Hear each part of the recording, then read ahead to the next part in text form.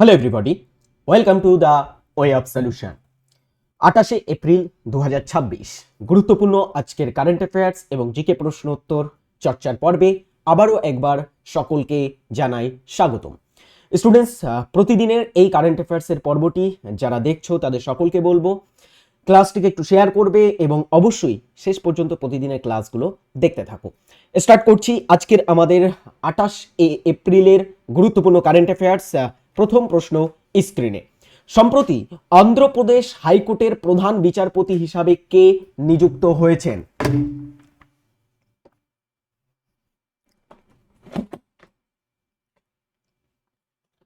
অন্ধ্রপ্রদেশ রাজ্যের হাইকোর্টের নতুন প্রধান বিচারপতি হিসাবে নিযুক্ত হয়েছেন সম্প্রতি বিচারপতি Lisa Gill. Justice Lisa Gill was appointed as the Chief Justice of the Andhra Pradesh High Court by President Droupadi Murmu. তো সম্প্রতি প্রেসিডেন্ট দ্রৌপদী মুর্মু তাকে অন্ধ্রপ্রদেশ রাজ্যের চিফ জাস্টিস বা প্রধান বিচারপতি হিসাবে নিযুক্ত করেছে। আচ্ছা, এখানে একটা জিনিস জেনে রাখো, লিসা হচ্ছে এই হাইকোর্টের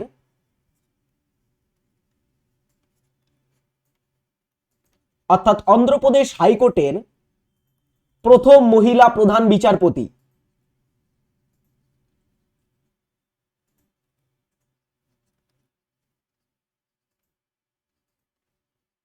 অলরাইট ডিয়ার স্টুডেন্টস, তো তাকে কে অ্যাপয়েন্ট করেছে? প্রেসিডেন্ট। আমরা জানি সকলে হাইকোর্টের বিচারকদেরও কিন্তু প্রেসিডেন্ট অর্থাৎ আমাদের ভারতের রাষ্ট্রপতি নিযুক্ত করে থাকে, কিন্তু যিনি হাইকোর্টের বিচারপতি শপথ বাক্য পাঠ করিয়ে থাকেন তিনি হচ্ছেন রাজ্যপাল। তো বর্তমানে অন্ধ্রপ্রদেশ রাজ্যের রাজ্যপাল আছেন এস আব্দুল নাজির, যিনি সুপ্রিম কোর্টের প্রাক্তন একজন বিচারক ছিলেন, বর্তমানে অন্ধ্রপ্রদেশের রাজ্যপালের দায়িত্বে আছেন।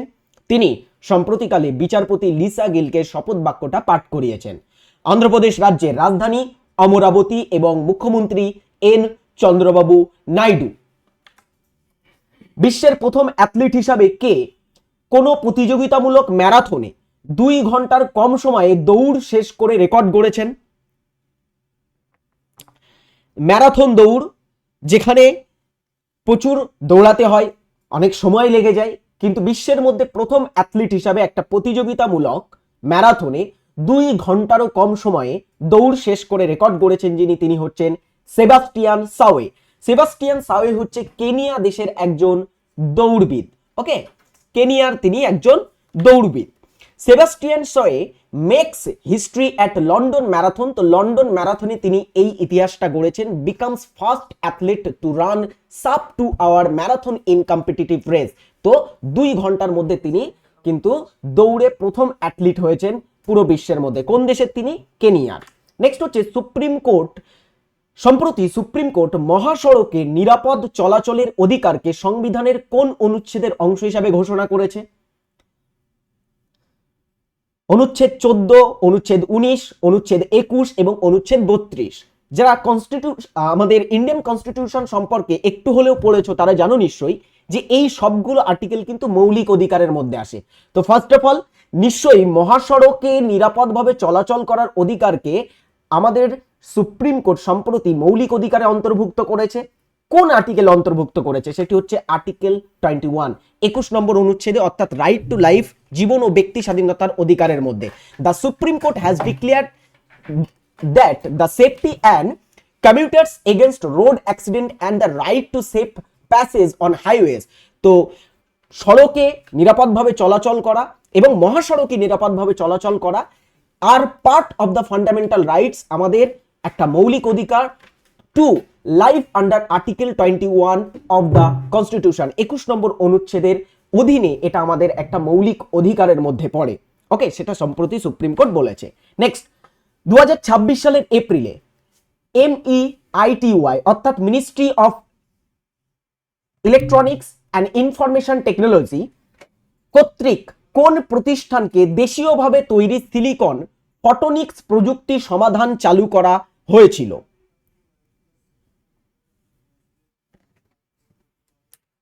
আমাদের মিনিস্ট্রি অফ ইলেকট্রনিক্স এবং dear students ministry of IT, তারা সম্প্রতি কোন প্রতিষ্ঠানে দেশীয়ভাবে তৈরি সিলিকন ফটোনিক্স প্রযুক্তি সমাধান চালু করা হয়েছিল তাদের দ্বারা? অ্যান্সার হচ্ছে আইআইটি মাদ্রাজে। Okay, indigenously developed silicon photonics technology solution launch. তো সম্প্রতিকালে দেশীয়ভাবে নির্মিত ফটোনিক্স সিলিকন প্রযুক্তি লঞ্চ করা হয়েছে। Silicon photonics process design kit and universal programmable photonics IC test engine developed at IIT Madras. তো সম্প্রতিকালে এই যে তোমার silicon photonics process design kit এবং universal programmable photonic IC test engine, এই দুটো ডেভেলপ করেছে কারা?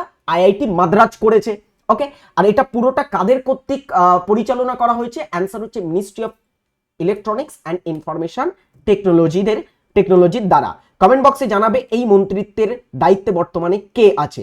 অলরাইট, চলো আমরা পরেরটাতে আসি। সম্প্রতি ভারতের কোন পুরসভা ভিয়েনার ইউনিডোর জেন্ডার ইকুয়ালিটি মোবিলাইজেশন অ্যাওয়ার্ড জয় করেছে? ইউনিডো একটা সংস্থার নাম, ইউনাইটেড নেশনসেরই একটা সংস্থা। সেই ইউনিডোর তার সদর দপ্তর অবস্থিত আছে ভিয়েনাতে। তো বলা হচ্ছে ভিয়েনার ইউনিডোর জেন্ডার ইকুয়ালিটি মোবিলাইজেশন অ্যাওয়ার্ড জয় করেছে ভারতের যে পৌরসভা, সেটি হচ্ছে গুন্টুর মিউনিসিপাল কর্পোরেশন, যেটা অন্ধ্রপ্রদেশ রাজ্যে অবস্থিত আছে। অন্ধ্রপ্রদেশ রাজ্যে এটা অবস্থিত।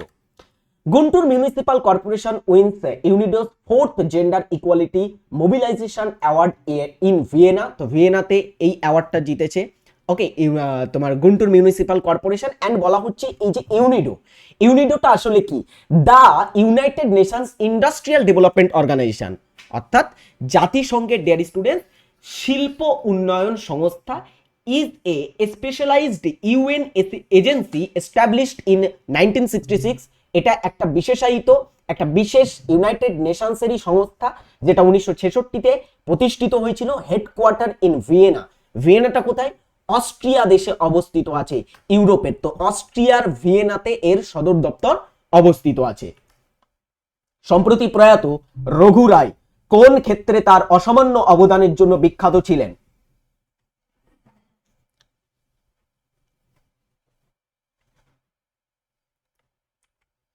সম্প্রতি প্রয়াত হয়েছেন বিশিষ্ট ব্যক্তি রঘু রায়। তিনি ছিলেন একজন আমাদের ভারতবর্ষের ফটোগ্রাফার। তো ফটোগ্রাফিতে তিনি অসামান্য অবদান রেখেছিলেন এবং তিনি সত্যজিৎ রায়ের অনেক কিন্তু ছবিতে কাজ করেছিলেন ফটোগ্রাফার হিসাবে। Raghu Rai legendary Indian photographer, dies at 83। 83 বছর বয়সে তার দেহান্ত বা তার ডেড স্টুডেন্টস মৃত্যু হয়েছে।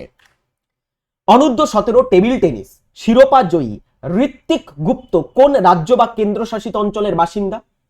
সম্প্রতি তিনি অনূর্ধ্ব 17 বয়েজ, পুরুষদের বা বয়েজ বালকদের অনূর্ধ্ব 17 জাতীয় টেবিল টেনিস শিরোপা জিতেছেন। নাম কি তার?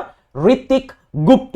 তিনি যে রাজ্য বা কেন্দ্রশাসিত অঞ্চলের বাসিন্দা সেটা কোনটি?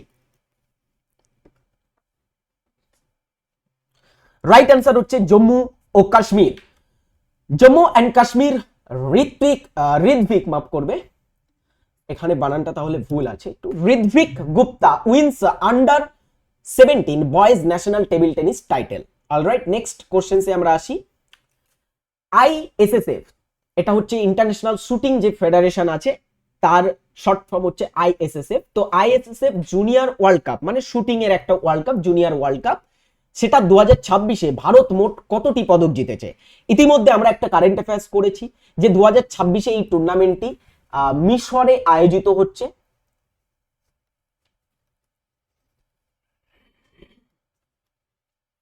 এটা মিশরে আয়োজিত হয় এবং এই টুর্নামেন্টে ভারত মোট কতগুলি পদক জিতেছে? 16টি পদক জিতেছে। Indian shooters top the standings at ISSF junior world cup 2026 in Cairo. তো কায়রোতে আমাদের ভারত 2026-এর আইএসএসএফ জুনিয়র ওয়ার্ল্ড কাপে টপ পজিশন, ভারতীয় যে শুটাররা ছিল তারা একদমই টপ পজিশনে কিন্তু শেষ করেছে বা টপ পজিশনে তারা উঠে এসেছে। With a rich haul of 16 medals, 16টি তারা মেডেল জিতেছে।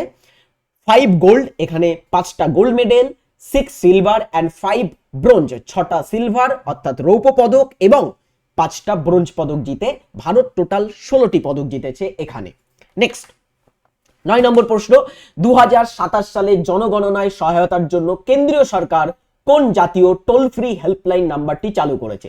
ইতিমধ্যে আমাদের ভারতবর্ষে জনগণনার 2027 সালের জনগণনার অর্থাৎ 16তম জনগণনার প্রথম ফেজ কিন্তু চালু হয়ে গেছে। প্রথম ফেজে কি হয়েছে? হাউস লিস্টিং চালু হয়েছে। তো এই যে প্রথম ফেজটা চলছে সেখানে একটা জাতীয় টোল ফ্রি হেল্পলাইন নাম্বার চালু করা হয়েছে ভারত সরকারের দ্বারা।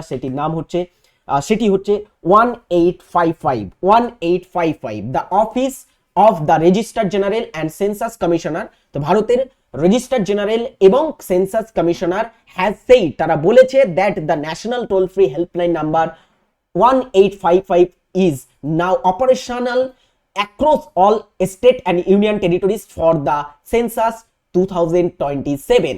তো 2027 সালের সেন্সাসের জন্য এই 1855 বলে টোল ফ্রি নাম্বারটা পুরো ভারতবর্ষের স্টেট এবং ইউনিয়ন টেরিটরি অর্থাৎ রাজ্য এবং কেন্দ্রশাসিত অঞ্চল, সমস্ত রাজ্য কেন্দ্রশাসিত অঞ্চল জুড়ে চালু হয়ে গেছে। নেক্সট হচ্ছে এই প্রশ্নটা, সম্প্রতি মধ্যপ্রদেশের কোন শহরকে সেফ সিটিজ প্রকল্পের অধীনে অন্তর্ভুক্ত করা হয়েছে? নিরাপদ শহর বা সেফ সিটিজ প্রকল্প, এটা একটা ভারত সরকারের প্রকল্প। এই প্রকল্পের অধীনে মধ্যপ্রদেশের যে শহরটিকে নিযুক্ত করা হয়েছে বা যে শহরটিকে অন্তর্ভুক্ত করা হয়েছে সেটা হচ্ছে ধার। এমপিস ধার সিলেক্টেড আন্ডার সেফ সিটিজ প্রজেক্ট। তো ধারকে সেফ সিটিজ প্রজেক্টের জন্য অন্তর্ভুক্ত করা হয়েছে, সিলেক্ট করা হয়েছে। Government Sage major boost for women safety infrastructure. তো মহিলা সুরক্ষা পরিকাঠামোতে একটা বড় সড়ো পদক্ষেপ এটা একটা। অলরাইট, সো এই ছিল আমাদের আজকে 10টি দুর্দান্ত ইম্পর্টেন্ট কারেন্ট অ্যাফেয়ার্স। এবারে চলো আমরা জিকে প্রশ্ন দেখি। TWS একাডেমি অ্যাপ যারা ডাউনলোড করোনি অবশ্যই ডাউনলোড করে ফেলো। ইতিমধ্যে আমরা সেখানে বিভিন্ন ব্যাচ লঞ্চ করে রেখেছি। ব্যাচে যদি অ্যাডমিশন নিতে চাও তো অবশ্যই নিতে পারো। পিএসসি মিসেলেনিয়াসেরও কিন্তু আমাদের ব্যাচ চলে এসেছে। তো ইচ অ্যান্ড এভরিবডি যারা এখনো অ্যাডমিশন নাওনি, প্রথম অ্যাডমিশন নিলে অবশ্যই তোমরা ছাড় পাবে সেখানে। তো অবশ্যই চেষ্টা করবে প্রথম অ্যাডমিশন নেওয়ার। এই বছরে প্রচুর কিন্তু পরীক্ষার নোটিফিকেশন আসতে চলেছে। সো অবশ্যই তার জন্য তোমাদের প্রস্তুত থাকতে হবে। প্রস্তুতি কিভাবে নেবে? বাড়িতে বসে নেবে। ওকে, একদমই বাড়িতে বসে TWS একাডেমি অ্যাপের মাধ্যমে তোমরা প্রস্তুতিটা নিতে পারবে। চলো, তার জন্য কম্বাইন্ড ফাউন্ডেশন ব্যাচ আমি বলবো বেস্ট হবে। তার সাথে সাথে তোমরা তোমাদের পরীক্ষার নিড অনুযায়ী কিন্তু ব্যাচও নিতে পারো।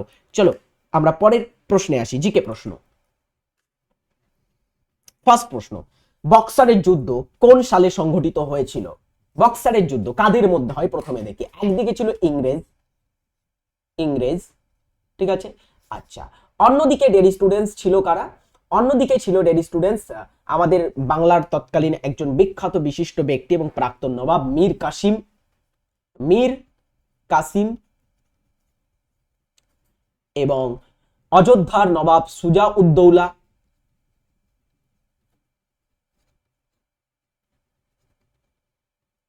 ঠিক আছে, সুজা-উদ-দৌলা। আচ্ছা, আর ছিল মুঘল সম্রাট দ্বিতীয় শাহ আলম।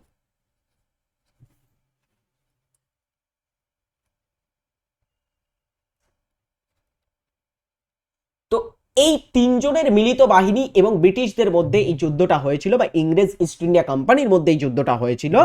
এবং এই যুদ্ধটা হয় 1764 সালে বিহারের বক্সারের প্রান্তরে। এই বক্সারটা কোথায় আছে? এটা বিহারে অবস্থিত আছে বর্তমানে যদি আমরা দেখি।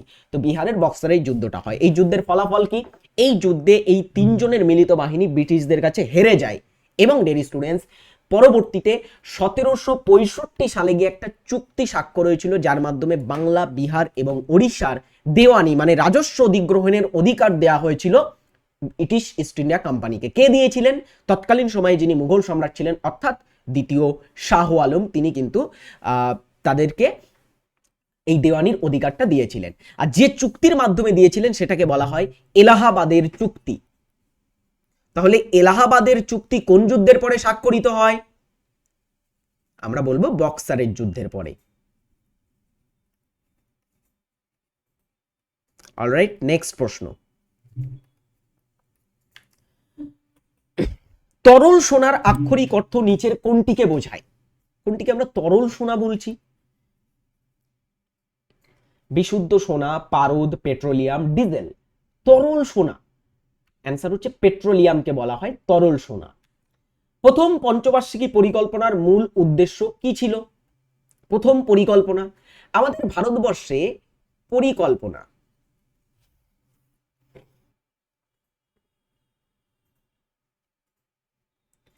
পরিকল্পনার সূচনা হয় কবে? একটু জেনে রাখবে, পরিকল্পনার সূচনা আমাদের ভারতে হয়েছিল 1951 সালে।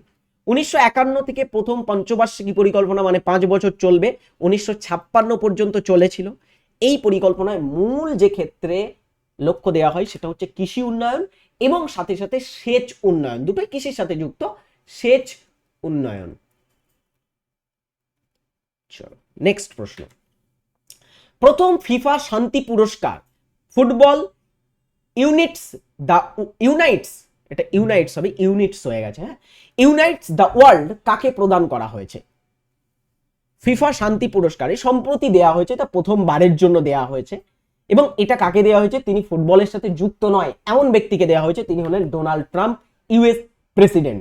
তো US president Donald Trump FIFA শান্তি পুরস্কারের প্রথম প্রাপক। ভারত ও পাকিস্তানের মধ্যে সিমলা চুক্তি কবে স্বাক্ষরিত হয়? ভারত পাকিস্তানের মধ্যে স্বাক্ষরিত হওয়া একটা চুক্তি সিমলা চুক্তি। সিমলা কোথায় আছে? হিমাচল প্রদেশ। হিমাচল প্রদেশের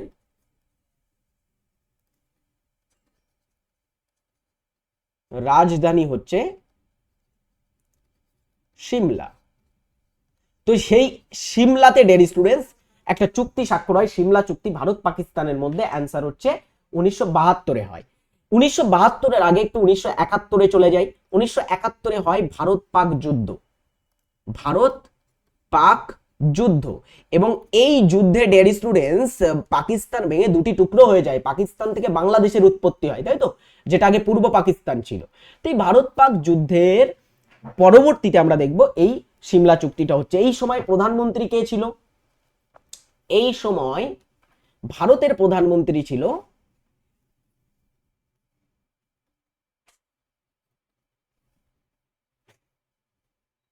যিনি, তার নাম হচ্ছে ডেয়ারি স্টুডেন্টস, কে জানো? ভারতের প্রধানমন্ত্রী ছিল ইন্দিরা গান্ধী, ভারতের প্রথম মহিলা প্রধানমন্ত্রী।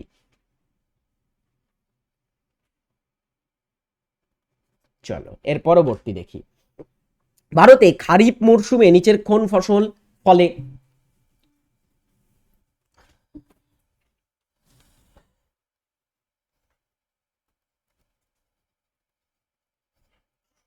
কি হবে? খারিফ শস্য, বিশেষ করে বর্ষাকালে যে শস্যটা হয় তাকে আমরা খারিফ শস্যের মধ্যে ফেলি। যেমন সয়াবিন একটা খারিফ শস্যের মধ্যে পড়ে। বাকি এখানে যা আছে মুসুর ডাল, জব, সর্ষে, সর্ষে বলতে এখানে সরিষার কথা বলা হচ্ছে, মানে যেটা থেকে ওই যে তেল বার হয় যে সরিষা, সেটা একটা তৈলবীজ। তো এগুলো বাকিগুলো কি? বাকিগুলো হচ্ছে ডেয়ারি স্টুডেন্টস রবি শস্যের মধ্যে পড়ে, রবি শস্যের মধ্যে পড়ছে। নিচের কোনটি অপরিশোধিত খনিজ তেল বা পেট্রোলিয়াম থেকে পাওয়া যায় না? বলে পেট্রোলিয়ামের প্রচুর উপজাত দ্রব্য আছে। পেট্রোলিয়াম আমরা যখন দেখব সেটা পরিশোধন করা হয় তখন সেখান থেকে প্রচুর উপজাত দ্রব্য বার হয়, হ্যাঁ, যেমন ন্যাফতা, কেরোসিন, পেট্রোলিয়াম গ্যাস, ডিজেল, এবং বার হয়ে থাকে যে তোমার হচ্ছে পিচ যেগুলো হয় আর কি, হ্যাঁ, সেগুলো বার হয়। তো এগুলো হচ্ছে সবই আমরা দেখব অপরিশোধিত খনিজ তেল থেকে পাওয়া যায়। কিন্তু কয়লা তো আলাদাভাবে পাওয়া যায়। কয়লার মূল যেটা তোমার হচ্ছে রসদ, সেটা হচ্ছে কার্বন, এবং কয়লা আমরা সলিড আকারে বিশেষ করে পেয়ে থাকি। তো কয়লা অপরিশোধিত তেল থেকে পাওয়া যায় না, এটা আলাদা পাওয়া যায়। কোন বস্তুর গতিবেগ দ্বিগুণ হলে তার গতিশক্তি কত গুণ হবে? গতিবেগ তুমি দ্বিগুণ করছো, তার গতিশক্তি কত হবে?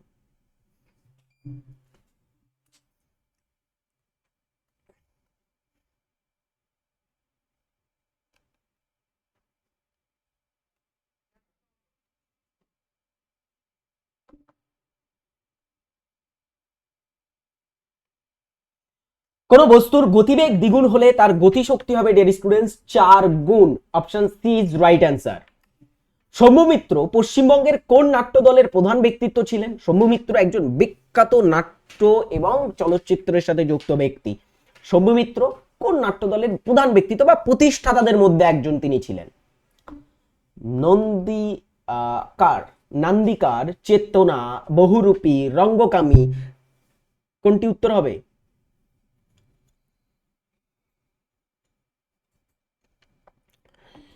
বহুরূপী নাট্যদল, পশ্চিমবঙ্গের সব থেকে আলোচিত নাট্যদল, তার প্রতিষ্ঠাতাদের মধ্যে একজন ছিলেন শম্ভু মিত্র। কর্কট ক্রান্তি রেখার নিকটবর্তী রাজ্যটি হলো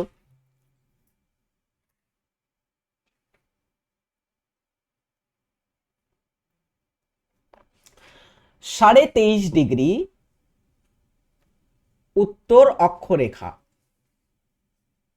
সেটা হচ্ছে কর্কট ক্রান্তি রেখা। কর্কট ক্রান্তি রেখা ভারতের 8টি রাজ্যের উপর দিয়ে যায়, তাই তো?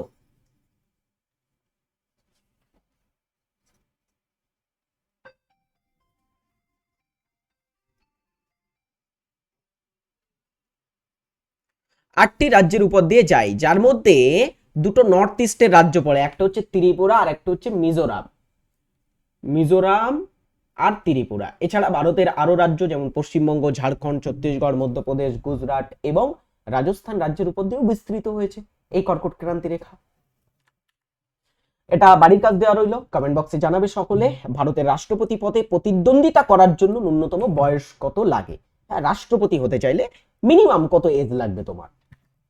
জোড়পোখরি বন্যপ্রাণী অভয়ারণ্য পশ্চিমবঙ্গের কোন জেলায় অবস্থিত?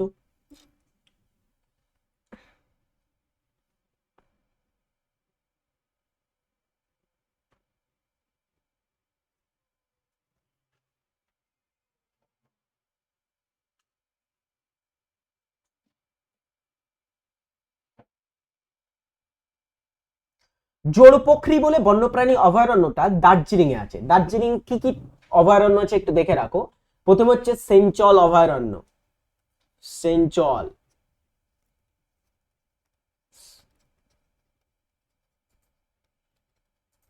মহানন্দা, জোড়পোখরি অভয়ারণ্য, সিঙ্গালীলা অভয়ারণ্য, এগুলো হচ্ছে কোথায় আছে? সবই হচ্ছে দার্জিলিং এ অবস্থিত আছে। হ্যাঁ,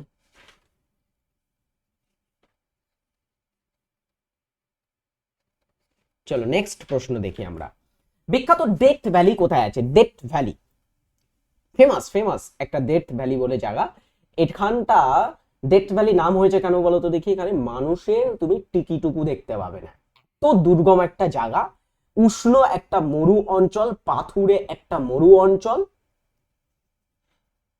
হ্যাঁ, এটা dare students one of the, আমরা যদি দেখি একটা হটেস্ট ডেজার্টের মধ্যে পড়ে পুরো পৃথিবীর মধ্যে। তো এখানে মার্কিন যুক্তরাষ্ট্রে এটা আছে। মার্কিন যুক্তরাষ্ট্রের কোথায়? ক্যালিফোর্নিয়াতে। ক্যালিফোর্নিয়াতে আমরা দেখব এটা অবস্থিত আছে। নেক্সট, ভারতের দ্বিতীয় আফগান সাম্রাজ্যের প্রতিষ্ঠাতা কে?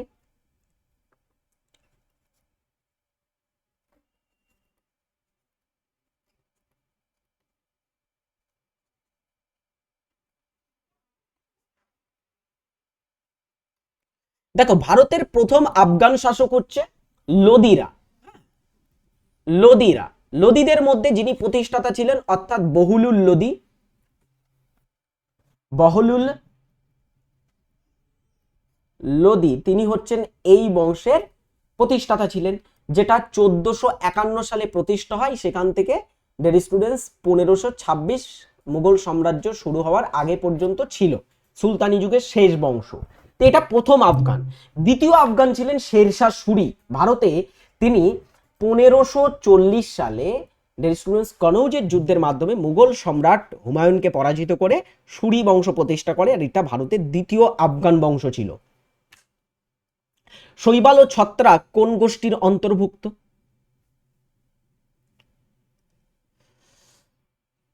শৈবাল এবং ছত্রাক,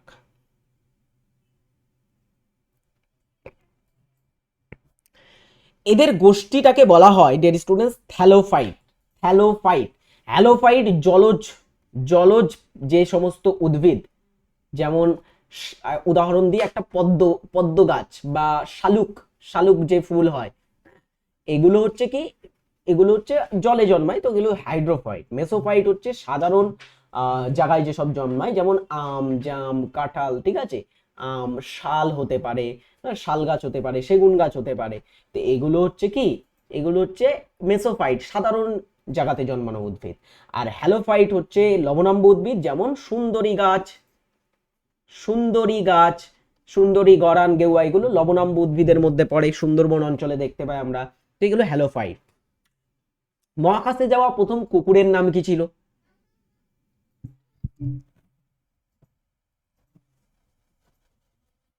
মহাকাশে যাওয়া প্রথম কুকুর, তার নাম হচ্ছে Laika. Option A right answer.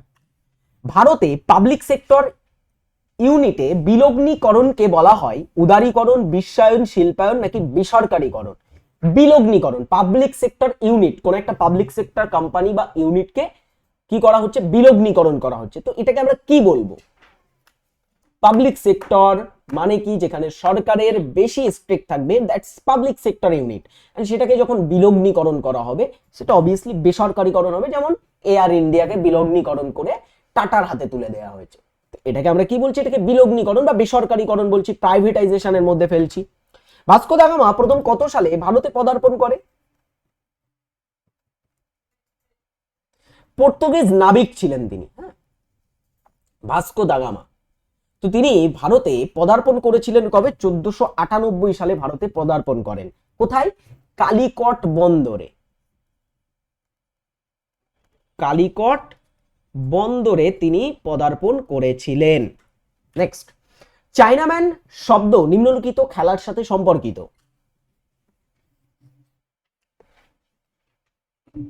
কোন খেলার সাথে সম্পর্কিত চায়নাম্যান? এটা ক্রিকেট খেলার সাথে যুক্ত চায়নাম্যান শব্দটি। ভারতে জাতীয় ভোটার দিবস কবে পালিত হয়? দেখি,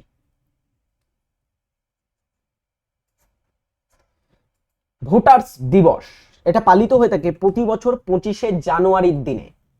লাস্ট প্রশ্ন, কোন বিল অর্থ বিল কিনা সে বিষয়ে চূড়ান্ত সিদ্ধান্ত কে নেন?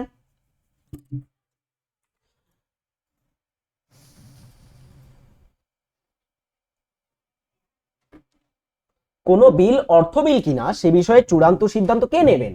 এটা নেবেন লোকসভার speaker. Option C right answer হবে। অলরাইট, দ্যাটস ইজ আজকের আমাদের সেশন ছিল এটা, গুরুত্বপূর্ণ কারেন্ট অ্যাফেয়ার্স এবং জিকের। ভালো লাগলে অবশ্যই চ্যানেলটিকে সাবস্ক্রাইব করবে যারা এখনো সাবস্ক্রাইব করনি। আর আমাদের TWS একাডেমি অ্যাপ ডাউনলোড না করলে অবশ্যই ডাউনলোড করে ফেলো, এবং সেখানে অলরেডি আমাদের কিন্তু বেশ কয়েকটা নতুন ব্যাচ লঞ্চ হয়েছে, ইনক্লুডিং পিএসসি মিসলেনিয়াস। যারা প্রিপারেশন নিতে চাও পিএসসি মিসলেনিয়াসের, চলে আসো, প্রথম থেকে সেখানে ক্লাস করতে পারবে। আর প্রথম কয়েকদিনে ভর্তি হলে তোমরা কিন্তু সেখানে ছাড় পাবে। ভালো থাকবে, সুস্থ থাকবে, টাটা।